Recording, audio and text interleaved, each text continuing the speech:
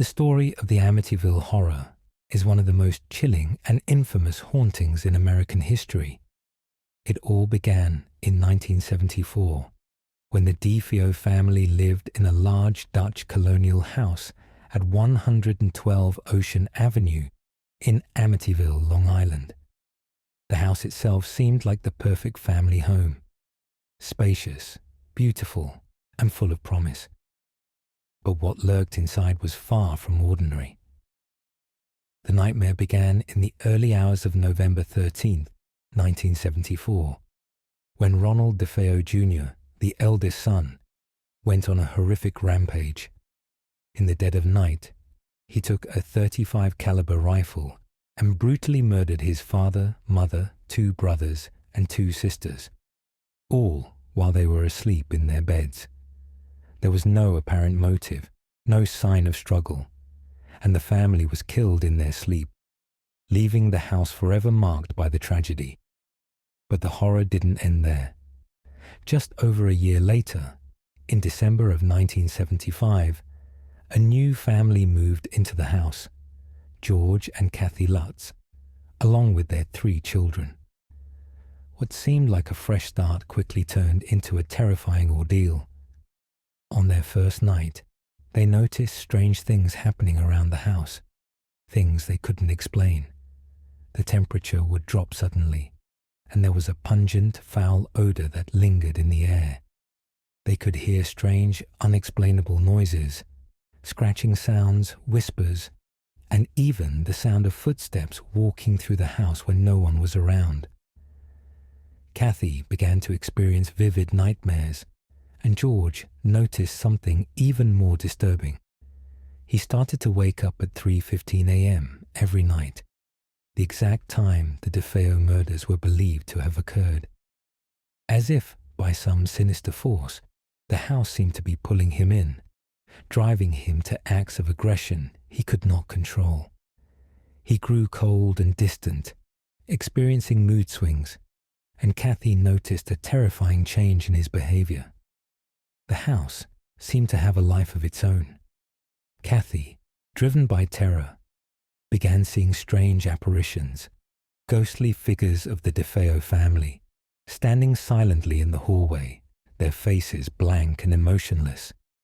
At one point, the children even encountered a terrifying presence, a demon-like creature, a large, terrifying figure with glowing eyes, watching them from the shadows. The experiences only intensified. The Lutz family was plagued by inexplicable events. Furniture would move on its own. Doors slammed shut. Kathy's voice was overtaken by an unknown, guttural sound, as if something or someone was trying to control her body. The family became desperate, seeking help from priests, but even the clergy could not escape the malevolent force within the house. One priest, Father Ralph, was physically attacked by a mysterious force, leaving him with burns on his hands, claiming the house was cursed by something dark and evil. The Lutz family finally fled the house in terror after just 28 days, unable to endure the horrors any longer. But the story didn't end there. They had tried to leave the house, but the spirits that lingered within refused to let go. The tale of their haunting spread far and wide, captivating the public and sparking debates. Was it real, or was it all an elaborate hoax for fame and money? To this day, the Amityville Horror remains one of the most debated cases in paranormal history. Was the haunting truly supernatural? Or was it a product of the Lutz family's imagination? Or even a carefully constructed hoax? Several theories have emerged over the years, each offering a different explanation for the terrifying events that unfolded in that house. One theory suggests that the violent and tragic murders that occurred in the house were the catalyst for the haunting.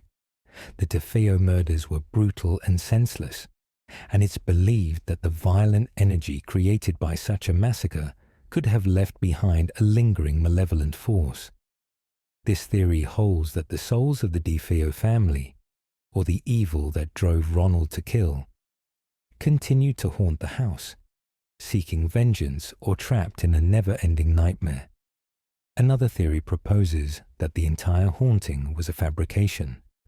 Some believe the Lutz family exaggerated their experiences for financial gain, capitalizing on the notoriety of the DeFeo murders. The book and subsequent film adaptation brought them fame, and many critics argue that the family's stories were simply a way to make money. Skeptics point to inconsistencies in the Lutz family's testimony, questioning the authenticity of their accounts. Then there are those who suggest the Lutz family was influenced by the power of suggestion. The media hype around the house, combined with the traumatic history of the DeFeo murders, might have led the family to experience paranormal events that weren't really there. The mind is a powerful thing, and some believe that the Lutz's fear and the pressure of living in a house with such a dark history may have caused them to see things that weren't there, or, at the very least, to interpret strange occurrences as supernatural. However, the most chilling theory is the one that the Lutz family experienced a legitimate haunting. Supporters of this theory argue that the series of strange events, some of which were witnessed by multiple people, point to a paranormal force at play. From the cold spots and oppressive atmosphere to the ghostly apparitions and the demonic presence, some believe that the house was cursed by a malevolent entity, one that had been waiting for someone to inhabit it and awaken its dark energy. Perhaps we will never know the truth. Was it a hoax, or was the Amityville Horror a true glimpse into the terrifying world of the supernatural? The house was sold to a new family in 1977, who reported no strange occurrences, yet the rumors, the horror, and the mystery of 112 Ocean Avenue continue to haunt the public imagination. The Amityville Horror House may no longer stand as a place of terrifying nightmares, but its story lives on. Whether it's the curse of the DeFeo murders, a product of mass hysteria, or a genuine haunting, one thing is certain. The evil that lingered in that house is still very much alive in the minds of those who dare to ask, what truly happened there?